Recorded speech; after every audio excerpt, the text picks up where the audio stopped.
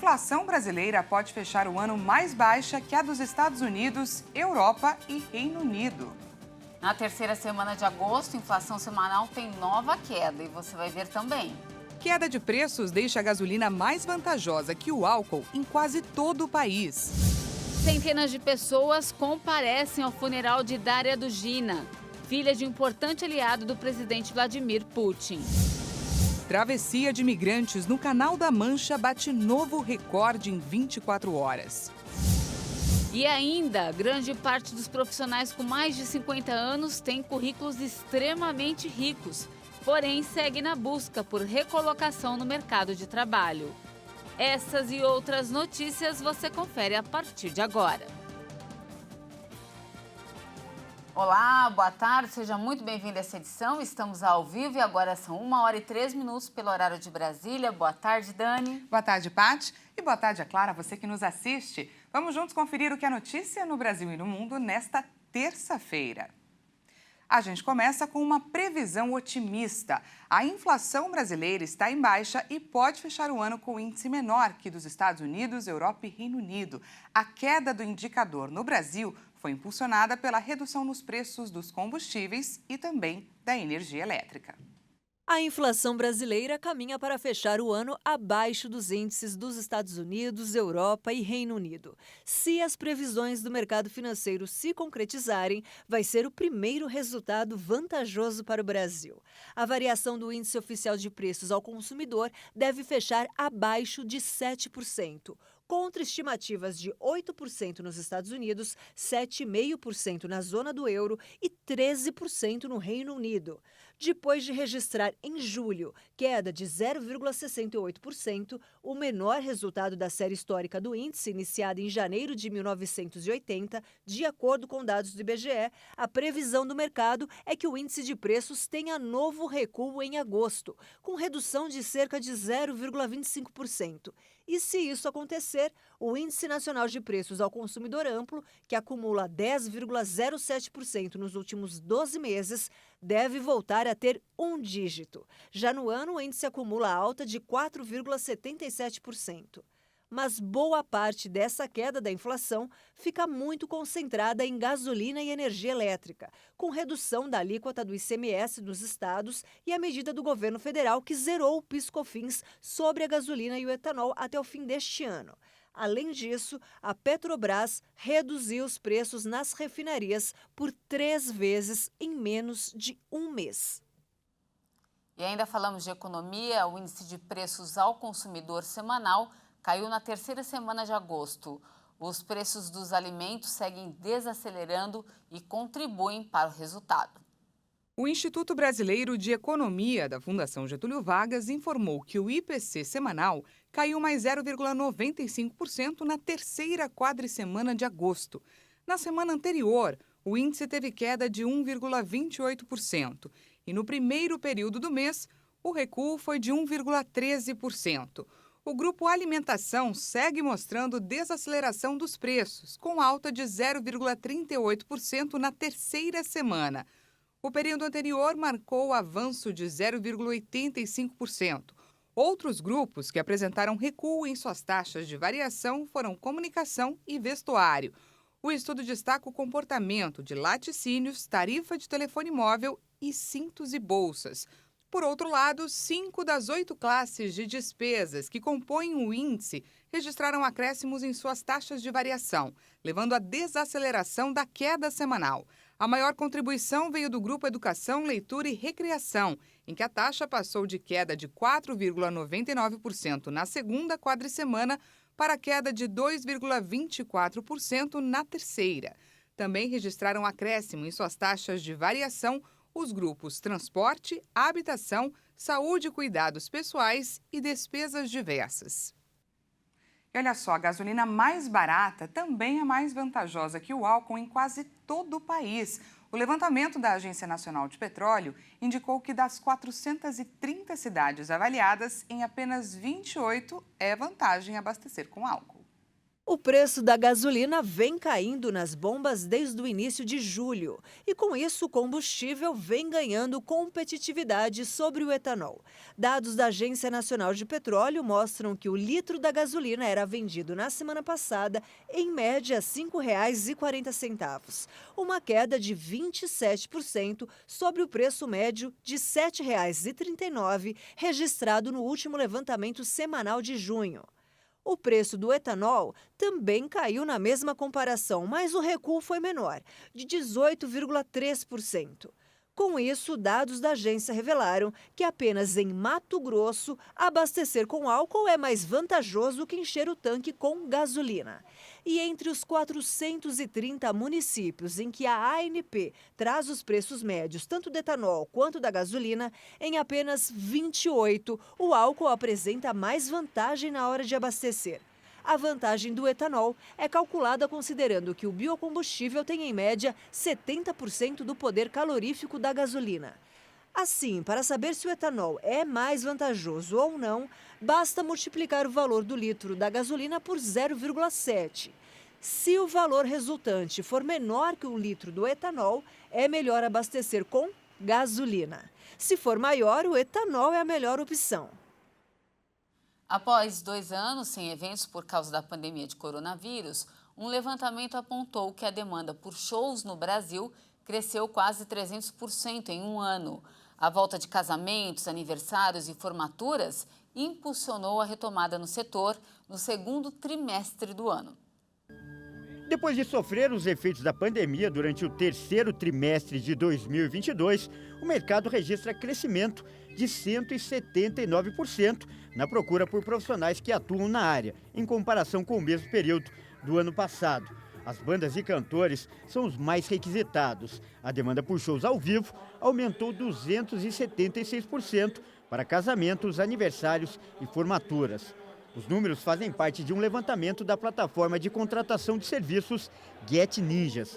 Além da procura por músicos, a pesquisa ainda aponta para o crescimento da busca por serviços de buffet completo, que subiu 254%, e fotógrafos, que teve demanda expandida em 166%, e não só para eventos, mas também para sessões em estúdio.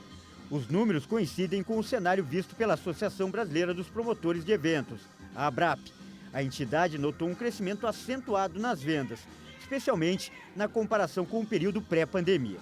Apesar disso, a ABRAP ressalta que o aquecimento do setor ainda não resultou em recuperação dos lucros das empresas do setor. Ela aponta que o cenário é positivo, mas ainda há obstáculos, já que muitos profissionais deixaram a área na pandemia e os serviços muitas vezes precisam ser terceirizados. Agora a gente fala sobre o caso da Boate Kiss. O Ministério Público do Rio Grande do Sul entrou com recurso sobre a anulação de tribunal do júri que libertou os 4 réus acusados pelo incêndio na boate, que matou 242 pessoas em Santa Maria em 2013. O recurso pede o esclarecimento de alguns pontos nos votos dos desembargadores. O Ministério ainda pediu ao Supremo Tribunal Federal a manutenção da prisão dos réus. A data para um novo julgamento ainda não foi definida. Agora vamos falar do tempo. O Instituto Nacional de Meteorologia emitiu alertas de chuvas volumosas em diversas cidades do litoral nordestino. São esperados para os próximos dias volumes diários de chuva de até 50 milímetros, com destaque para Recife e Natal. De acordo com o Instituto, algumas regiões podem registrar alagamentos e transbordamento de rios. Vamos ver agora como está o tempo em Natal nesse momento? Olha só, você confere aí na sua tela imagens da praia de Ponta Negra. A gente pode ver que o tempo está instável por lá. Inclusive, chove um pouquinho nesse momento. A previsão é de que o tempo fique assim, chuvoso durante todo o dia. Agora vamos conferir como estão as coisas no Rio de Janeiro. Essa é uma belíssima imagem da praia da Barra da Tijuca. Nesse momento, o tempo segue firme por lá e deve continuar assim, ensolarado até o final do dia. Agora faz 25 graus na região. Para finalizar, voltamos para São Paulo para conferir o tempo nesse exato momento. Vamos lá com a câmera 11. Essas são imagens da zona norte da capital paulista. Um ângulo novo para você aí de casa, ó. O tempo segue ensolarado, bem diferente do que a gente viu lá em Natal. A expectativa é que o tempo fique assim durante todo o dia. De volta comigo, deve ocorrer uma leve queda nas temperaturas no início da noite. Já separa aí uma blusa mais quentinha. E veja a seguir, travessia de imigrantes no Canal da Mancha bate novo recorde. E ainda, grande parte dos profissionais com mais de 50 anos tem currículos extremamente ricos, porém, segue na busca por recolocação no mercado de trabalho. Nós voltamos já!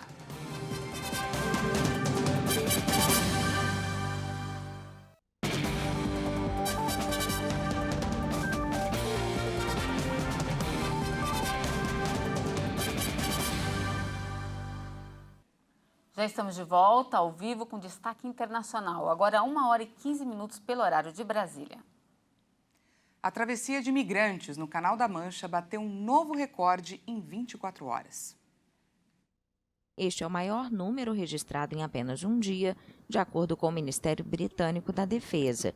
Segundo a agência Press Association, os migrantes fizeram a travessia em 27 embarcações e elevaram a 22.670 o número de pessoas que completaram a viagem perigosa desde o início do ano, apesar dos planos do governo conservador britânico para interromper a prática. O recorde anterior para apenas um dia era de 1.185 pessoas em 11 de novembro de 2021.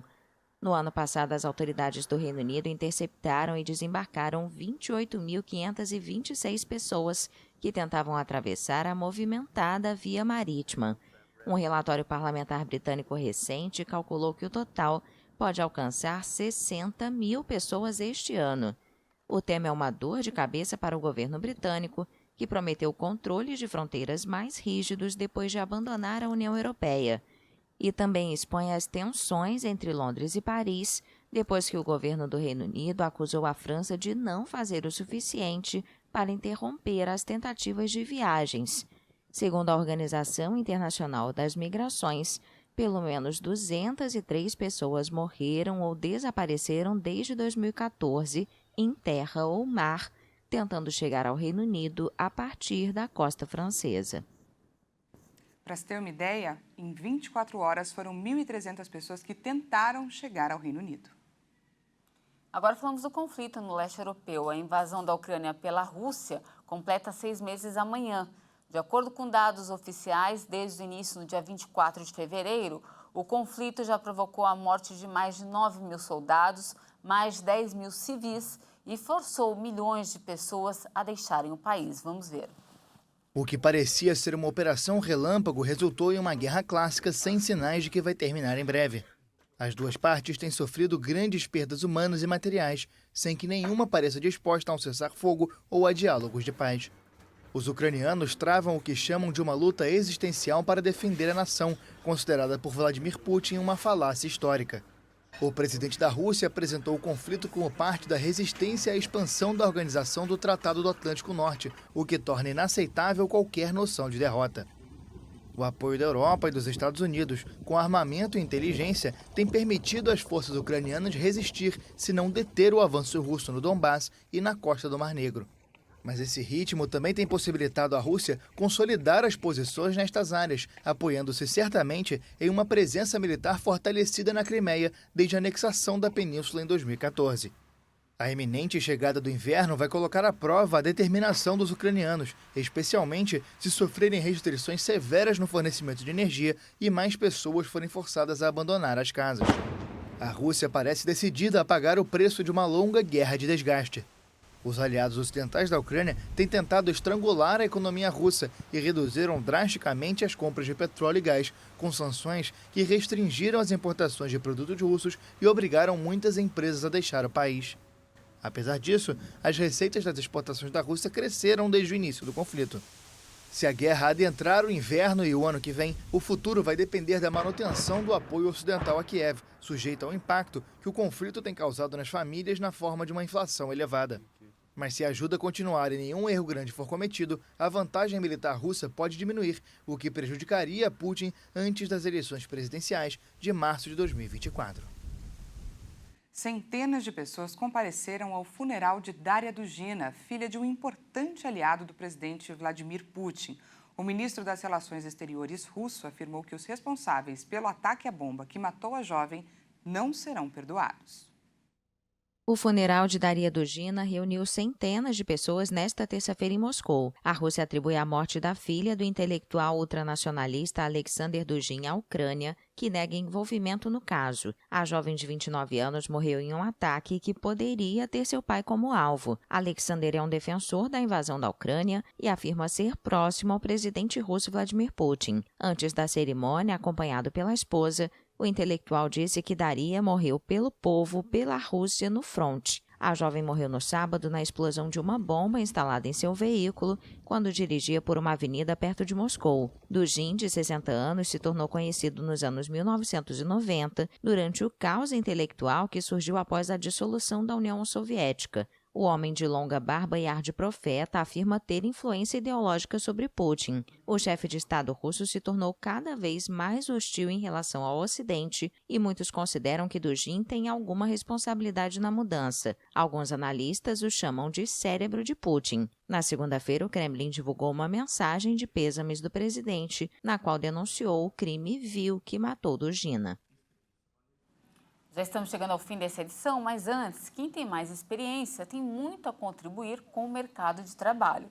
Pelo menos assim que deveria ser, né, Dani? Com certeza. Mas grande parte dos profissionais com mais de 50 anos tem currículos extremamente ricos, porém enfrenta preconceitos. Mas o que antes poderia ser impedimento, não é, Paty, para algumas empresas, tem virado diferencial.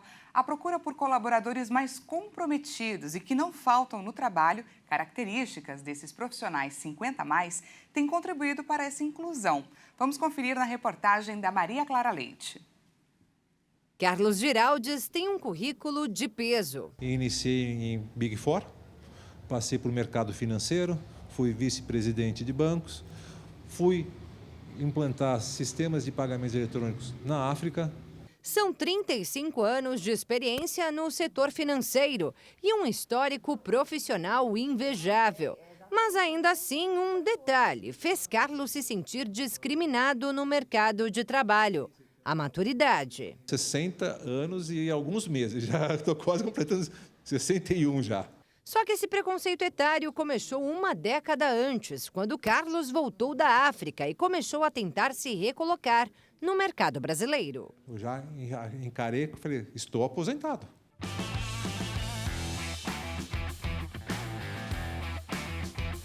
Até que teve a oportunidade de trabalhar em organizações sociais. Um novo ramo que para ele tornou-se paixão e lhe deu ainda mais bagagem para atuar onde trabalha hoje. Mas para conquistar essa nova vaga aos 60 anos, contou com a ajuda de uma empresa de recrutamento que faz a ponte entre empregados e empregadores. Foi através da internet, procurando emprego através de procurando job, procurando atividade, mandando currículos, foi que veio ali, talento sênior. E eu falei, o que faz talento sênior? Já me chamou a atenção pelo sênior. Talento. E eu vi que ela trabalha com profissionais acima de 50 anos. E tinha profissionais acima de 60 anos também, que prestavam serviço. Acho que é aqui que eu tenho que ir, não para essas empresas mais tradicionais. E a aposta valeu muito a pena. Por intermédio dessa empresa, o Carlos encontrou o emprego que queria. E o Leandro, o profissional que tanto procurava. A gente tem muita molecada nova, que tem um gás, que tem uma realmente muito qualificado, mas a gente entende também que no profissional, que hoje a gente pensa acima de 50, se tornou velho para o mercado, eu acho um absurdo, quanto de bagagem eles trazem. Então a gente consegue fazer esse mix e trazer esse conhecimento, essa bagagem, além de melhorar muito a empresa, você também ensina as próximas gerações a entenderem um pouquinho mais de como tocar muita coisa. São gestores como Leandro que fazem a empresa da Juliana fazer cada vez mais conexões e a reduzir o número de profissionais 50 a mais fora do mercado. Por isso que a gente decidiu trabalhar nesse momento com startups, com pequenas e médias empresas. Porque as startups hoje estão mais abertas para essas contratações flexíveis. E porque elas valorizam o profissional sênior que teve muita experiência numa grande empresa, que tem um conhecimento que os jovens que estão lá dentro não têm, tem uma experiência de vida, que vai ter serenidade, vai saber trabalhar melhor em crise, vai lidar melhor com um ambiente caótico, porque ele já passou por momentos assim e soube sair. Mas não é só isso, não. Um levantamento divulgado pela revista Forbes mostra que entre os profissionais 50+, a rotatividade no mercado de trabalho é 49% menor, assim como as faltas, 27% inferiores. Agora, quando o assunto é engajamento, participação no serviço, aí esse percentual fica 3% maior em relação aos outros colaboradores. Eles têm outro valor para o trabalho.